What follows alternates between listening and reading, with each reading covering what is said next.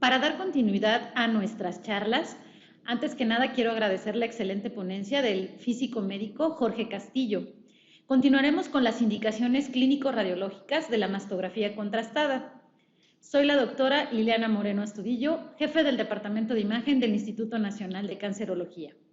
Espero esta charla nos sea de provecho.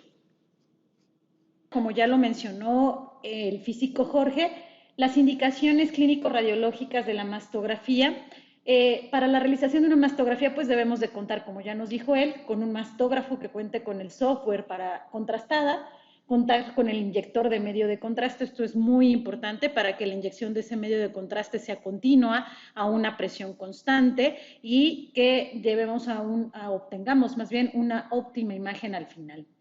Pero antes de todo esto y de pasar a hacer o de considerar hacer un estudio mastográfico contrastado, como ya lo vimos, el medio de contraste pues no es inocuo y una de sus limitaciones puede ser una función renal decreciente. Para esto siempre debemos de valorar la función renal de nuestros pacientes y preferentemente con una tasa de filtración glomerular y no con una creatinina sérica como lo hacíamos antes, ya que la tasa de filtración glomerular va a tomar en cuenta también la raza, el peso, la talla, y de acuerdo a eso vamos a saber si tenemos o no una adecuada función renal.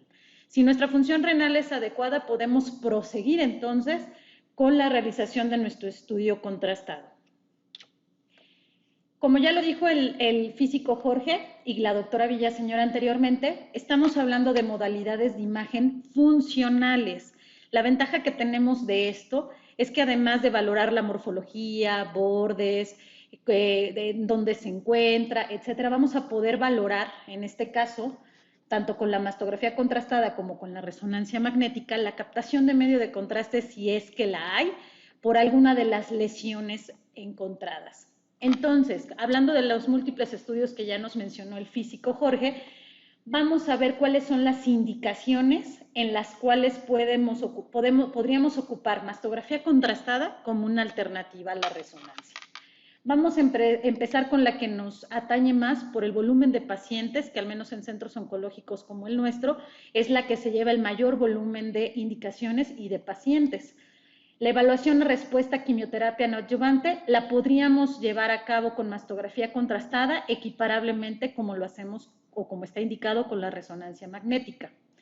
Una de las segundas indicaciones sería la valoración de multicentricidad, multifocalidad y bilateralidad del cáncer de mama. Lo podemos hacer equiparablemente en las dos modalidades, obteniendo resultados similares.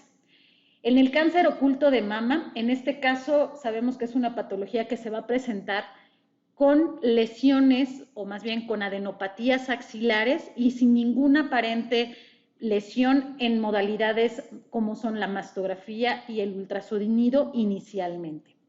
¿Qué quiere decir esto? Bueno, que podemos valorar el parénquima mamario así como lo hacemos en la resonancia magnética con una mastografía contrastada a manera de buscar una lesión que oculte, ya sea un tejido denso, la falta de experiencia en los estudios en las modalidades de imagen, iniciales, y que la mastografía contrastada nos va a aportar la captación del medio de contraste de alguna lesión que estuviera en ese caso.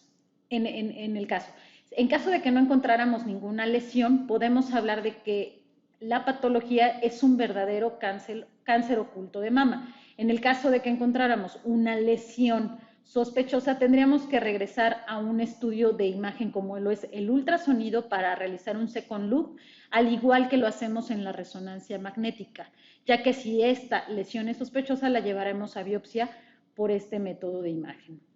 También nos puede ser útil para hacer tamizaje únicamente en mujeres de alto riesgo.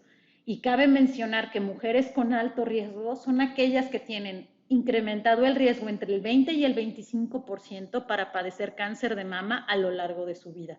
No cualquier persona cumple con estas características.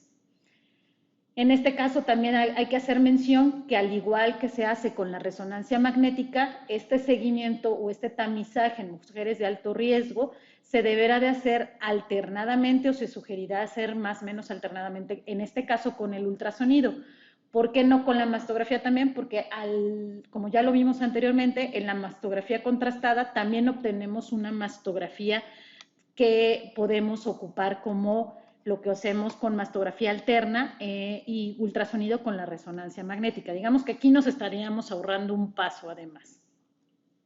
En el caso de las calcificaciones hay que ser muy precisos en que no vamos a valorar como tal las microcalcificaciones, sino vamos a valorar hallazgos subyacentes y la extensión de la enfermedad en caso de que estas calcificaciones tengan que ver con un carcinoma ductal infiltrante o con un carcinoma ductal in situ. Al igual que en la resonancia magnética, lo que vamos a valorar son hallazgos subyacentes y estos van a depender 100% del grado de carcinoma ductal in situ del que estemos hablando. Los carcinomas ductal in situ de bajo grado no tendrán captación ni en la resonancia magnética o traducción en captación de medio de contraste, ni tampoco esperamos tenerlo en mastografía contrastada. Los carcinomas ductales in situ de intermedio grado pueden o no tener captación.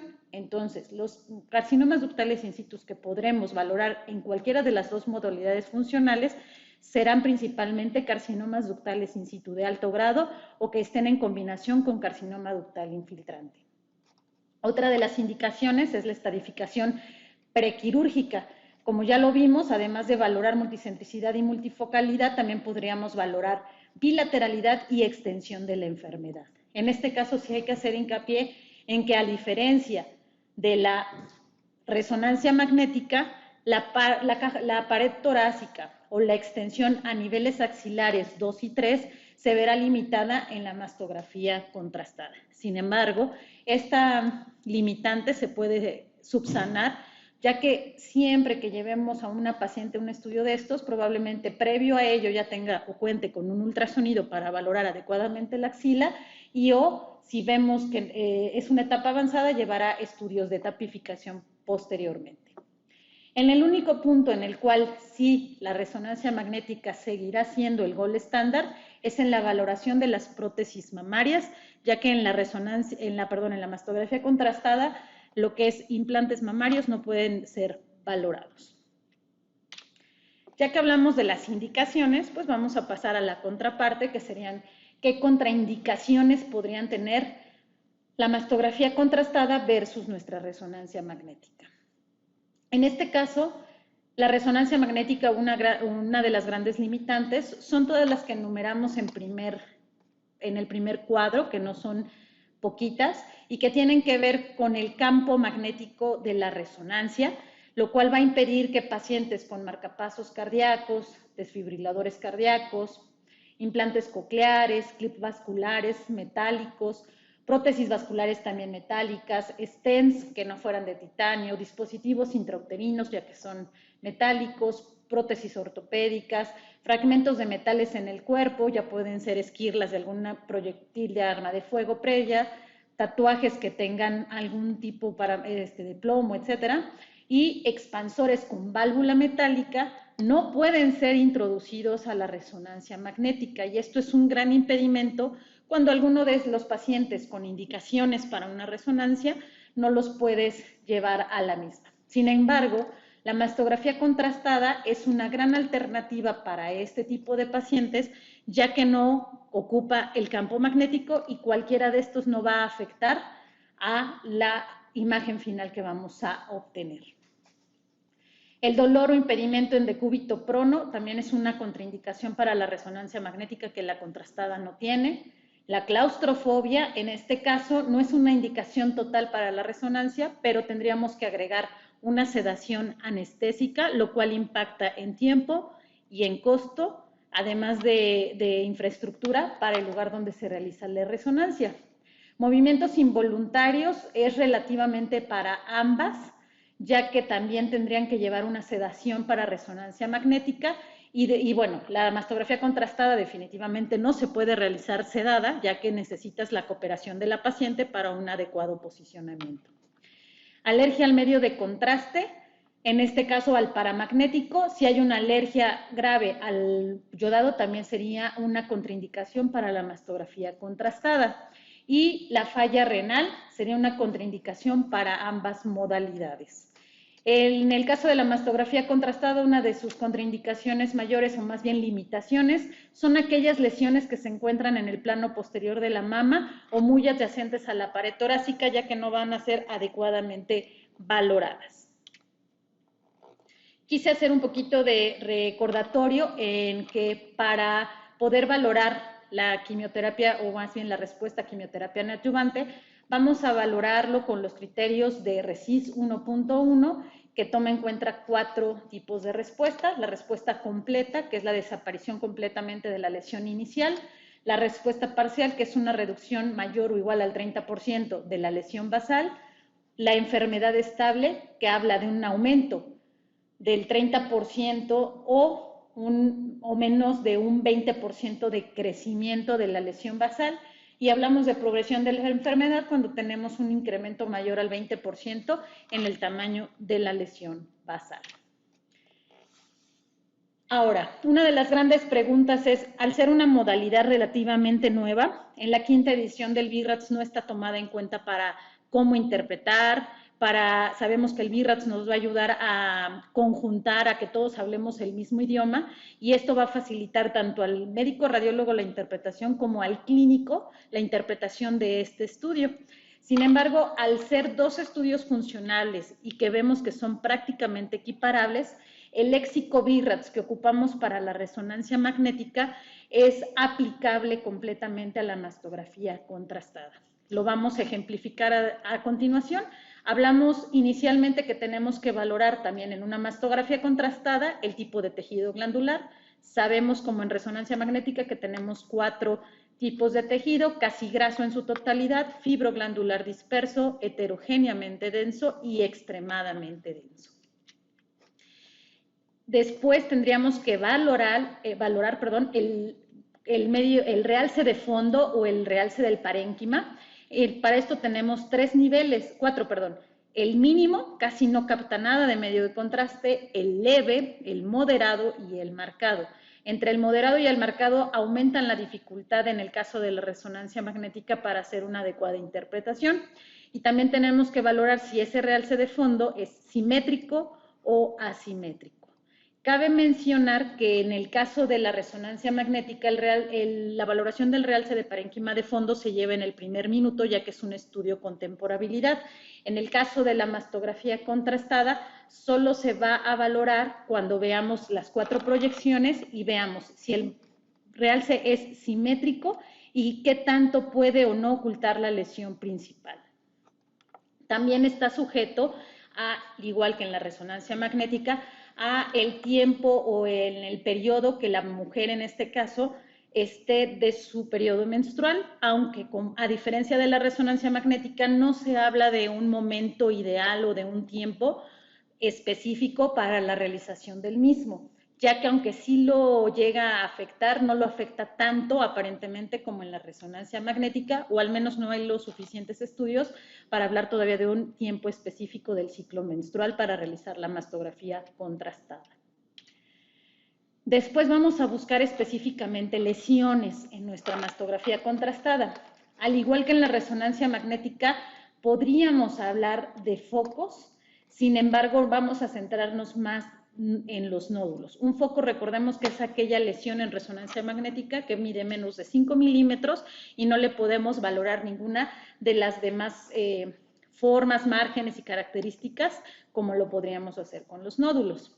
En este caso, si identificáramos una imagen masa o nodular en la mastografía contrastada, le vamos a valorar 3 cosas: la forma, sus márgenes y las características de realce interno o al menos de realce de esta lesión. Las formas son 3: oval, redonda o irregular. Los márgenes son circunscritos o no circunscritos, y si no son circunscritos, son irregulares o espiculados. Y las características del realce será homogéneo, heterogéneo, realce anular o septos internos. Hasta ahora, creo que en mastografía contrastada podríamos al menos hablar de los 2 primeros, ya que el realce anular y los septos internos se llevan con la temporalidad o son valorables en la temporalidad de la resonancia magnética. En el caso de las lesiones que no son nódulos, sino que son lesiones sin bordes definidos y etcétera, podrían compararse a los realces tipo no masa. Y a estos realces se les van a valorar dos grandes rubros, distribución y el patrón otra vez de realce. En el caso de la distribución, en una mastografía contrastada podemos valorar si es focal, si es lineal, si es segmentaria, o sea, con la punta de un triángulo hacia el pezón, si es una región, si son múltiples regiones o si es un realce no masa difuso o de tipo difuso. Esto se puede llevar equiparable a la resonancia magnética. En el caso del realce interno o del realce, podríamos también hablar de si es homogéneo o heterogéneo. Agrupado y en anillos agrupados sería un poco complejo, ya que también tiene que ver con la temporalidad del estudio. Y finalmente también la mastografía contrastada nos va a dar la posibilidad de valorar hallazgos asociados, ya sea en el pezón, a nivel de la piel, porque podemos ver el engrosamiento, pero a lo mejor el engrosamiento sí es que tiene un realce posterior a la administración del medio de contraste. Aunque los ganglios tenemos limitados solo al nivel 1, también los podríamos valorar. La invasión del músculo pectoral solamente en la proyección MLO, si es que encontramos retracción del mismo o franca invasión a él, y podemos también valorar distorsiones arquitecturales y si es que se asocian a algo más o si son distorsiones arquitecturales puras y tienen algún tipo de realce, al igual que en la resonancia magnética. Pero como dicen que una imagen va a hablar más que 1000 palabras, vamos a poner un ejemplo de cómo podríamos interpretar una mastografía contrastada con el léxico BIRATS para resonancia. Entonces, este es el caso 1. Vemos la mastografía de una paciente mayor de 40 años en proyección SC y MLO. En la mama derecha vemos al menos 3 zonas o 3 imágenes nodulares mejor valoradas en la proyección CC que en la MLO, ya que una de ellas está en el tercio posterior. Esta es una parte de las limitantes de la mastografía. Sin embargo, el resto de las lesiones las podemos ver bien, son de alta densidad, nódulos irregulares y que algunas de ellas presentan algún tipo de retracción del tejido subyacente. Además, desde este momento, en una mastografía convencional o en la parte de la mastografía convencional, podemos valorar si hay hallazgos asociados como engrosamiento dérmico, que sí lo vemos en este ejemplo, la valoración de los niveles axilares, del nivel axilar 1 con pérdida de la morfología, se ven aumentados de densidad, redondeados, etc. Entonces ya desde ahí estamos habituados a hacer esto día a día y sabemos que tenemos que ir a buscar intencionadamente qué está pasando a nivel axilar. Posteriormente vamos a pasar a la parte de la sustracción, que es lo que nos va a dar ese plus, la mastografía contrastada, y vemos cómo nos desaparece todo el tejido intermedio que veíamos en la mastografía convencional y nos permite valorar las lesiones, que aquí podemos decir francamente que son 3 lesiones, una de mayor tamaño y 2 más pequeñas. Podemos valorar los bordes, como lo decíamos, los márgenes, podemos valorar ese realce interno, podemos ver que tiene un realce heterogéneo las 3 imágenes, no está parejito el medio de contraste. Vean cómo hay zonas de menor densidad en el centro de las lesiones.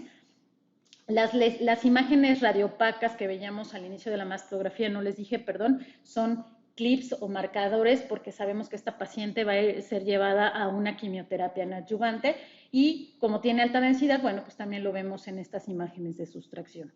Y quise poner la resonancia magnética al lado para que vean que estamos valorando los mismos 3 nódulos. Esta es una resonancia magnética en T1 con medio de contraste en 3D y vemos que también podemos valorar los bordes irregulares, vemos un realce heterogéneo y también podemos valorar las 3 lesiones que estamos viendo en mastografía. En cuanto a los hallazgos asociados, bueno, los ganglios axilares también se continúan viendo con captación de medio de contraste.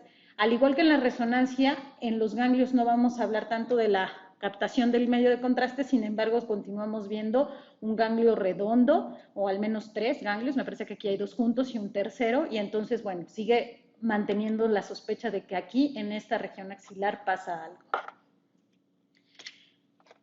Vemos los mismos ganglios en la valoración de la resonancia magnética, vemos que es un conglomerado axilar, que tienen pérdida del hilio graso completamente, ya tienen pérdida de la morfología y probablemente hasta ruptura capsular.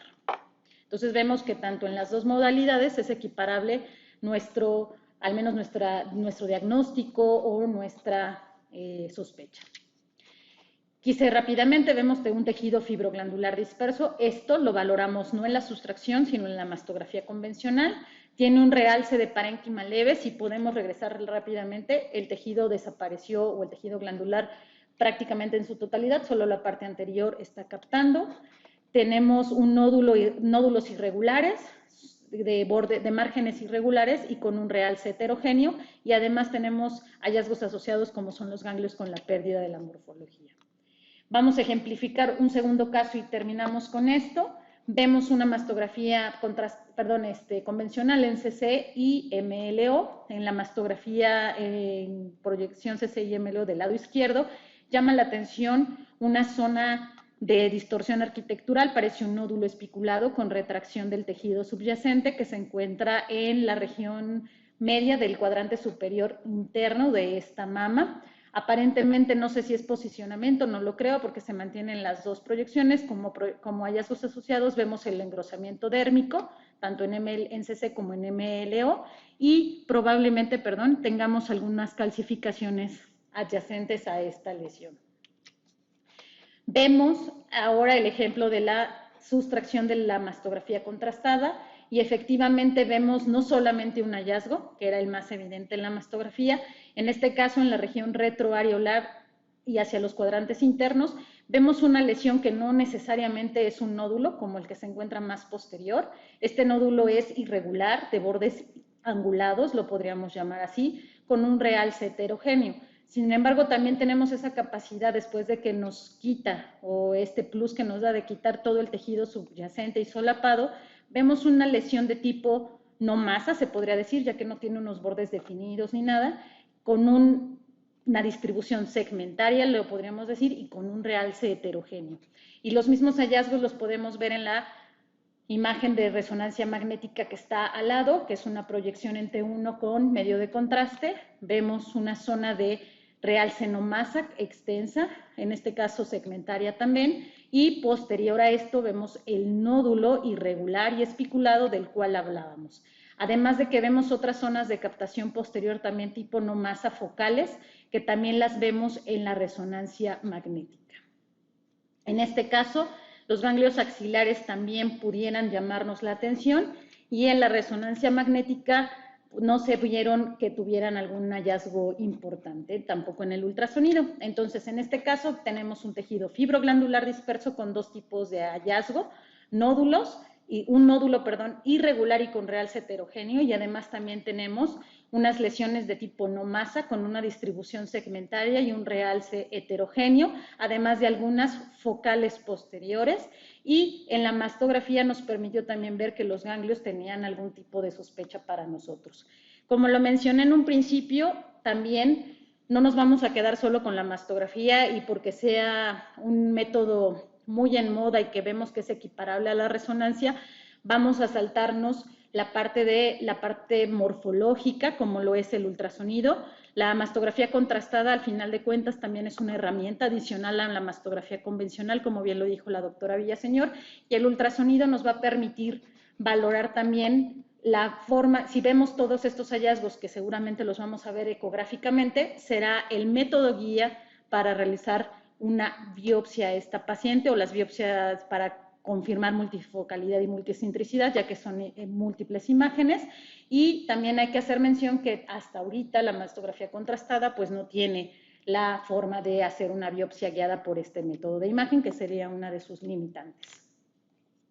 A manera de un pequeño resumen, pues las indicaciones son equiparables a la resonancia magnética, excepto por los implantes mamarios. Definitivamente no podemos valorar implantes mamarios más que con el gold estándar, que es la resonancia. Sus contraindicaciones son mínimas en comparación con la resonancia, sobre todo hablando de aquellas contraindicaciones que tienen que ver con alguna prótesis, esquirlas, etcétera, que son contraindicaciones absolutas a la resonancia. La mastografía contrastada sería una gran alternativa. La interpretación es similar al léxico BIRATS para la resonancia y la podemos llevar en menos tiempo. Esto es porque ya estamos familiarizados con una modalidad que es la mastografía, Son 4 proyecciones, a diferencia de la resonancia magnética que en algunas pacientes podemos tener alrededor de entre 2.000 a 3.000 imágenes a valorar, y su accesibilidad, es mayor que la de la resonancia debido a su menor costo, como ya lo dijo el físico médico Jorge Castillo, 4 veces menor alrededor, y también son menores las necesidades en una infraestructura. No es lo mismo adquirir un mastógrafo porque ya tendríamos la parte de la infraestructura que un resonador en el cual se necesita una mayor inversión. Y podríamos decir que la mastografía contrastada se perfila como una alternativa equiparable a la resonancia sin querer sustituir nunca a esta modalidad, sino ser una alternativa para algunos casos en específico, como lo es a veces los bajos costos y accesibilidad que se tiene poca para la resonancia magnética. Les doy las gracias por su atención